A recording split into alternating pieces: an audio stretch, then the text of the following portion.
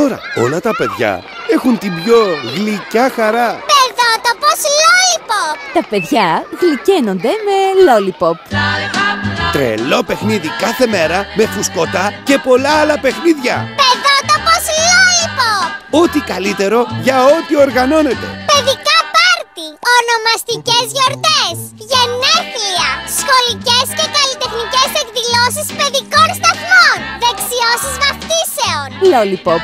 Εδώ και για τους πιο λαμπρούς στολισμούς, με πολλά πολύχρωμα μπαλόνια, βεγγαλικά απόλυτα ασφαλή, αλλά και catering.